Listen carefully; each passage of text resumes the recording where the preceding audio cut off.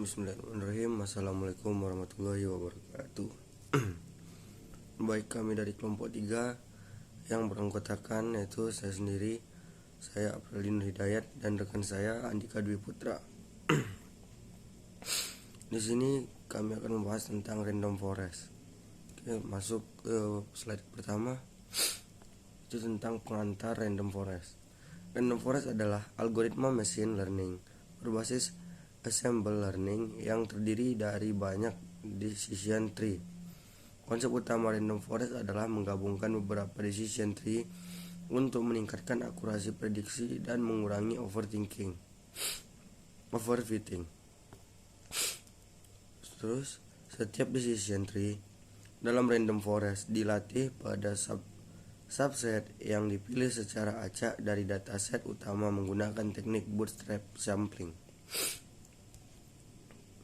Selain itu, setiap node dalam pohon hanya dipilih dari subset fitur yang dipilih secara acak, yang membuat setiap pohon menjadi unik. Kemudian, random forest dapat digunakan untuk tugas klasifikasi dan agresi. Kemudian, klasifikasi menentukan kategori suatu data berdasarkan mayoritas voting dari semua decision tree. Terus di sini ada regresi yaitu menghasilkan prediksi berdasarkan rata-rata nilai prediksi dari semua decision tree. Teknik ini membantu meningkatkan generalisasi model dan mengurangi risiko overfitting yang sering terjadi pada decision tree tunggal. Kemudian random forest banyak digunakan dalam berbagai bidang seperti deteksi penyakit, analisis keuangan, klasifikasi gambar, dan prediksi pelanggan. Baik, selanjutnya di sini ada konsep dasar random forest. Itu yang pertama, ensemble learning. Ensemble learning itu adalah kombinasi dari beberapa model untuk hasil lebih baik.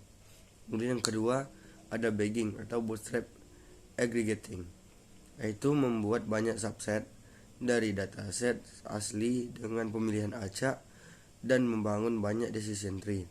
Kemudian yang terakhir, yang ketiga, voting and averaging, yaitu klasifikasi voting, yaitu klasifikasi mana voting mayoritas dari hasil setiap pohon. Kemudian regresi adalah rata-rata nilai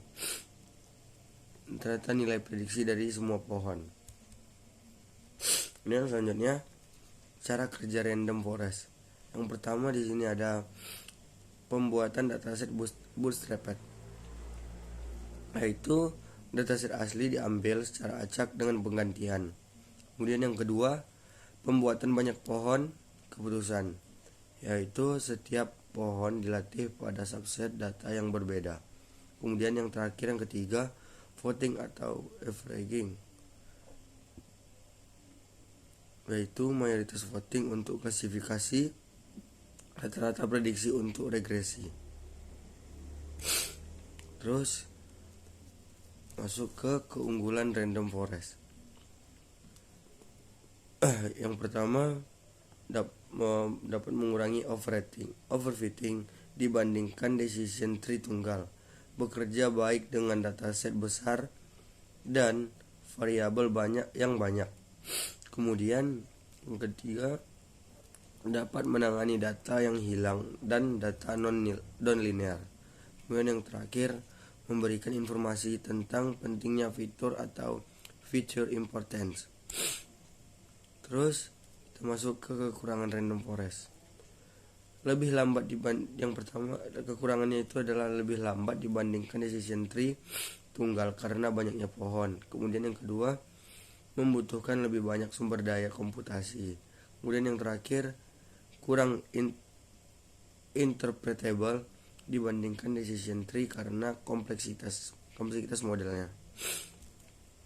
Dan kita masuk ke implementasi dengan Python. Di sini terdapat contoh codingannya. Nah, contoh kode implementasi random forest dengan scikit-learn, yaitu di sini ada di codingan atas di sini terdapat from sklearn dot ensemble import terus random forest classifier. Dan di sini ada sama juga, ada codingan from sklearn dataset import load iris. Oke, kita lanjut ke studi kasus random forest. Prediksi ya, di sini ada di sini mengambil studi kasus dari penyakit, yaitu dapat mendeteksi penyakit berdasarkan data medis.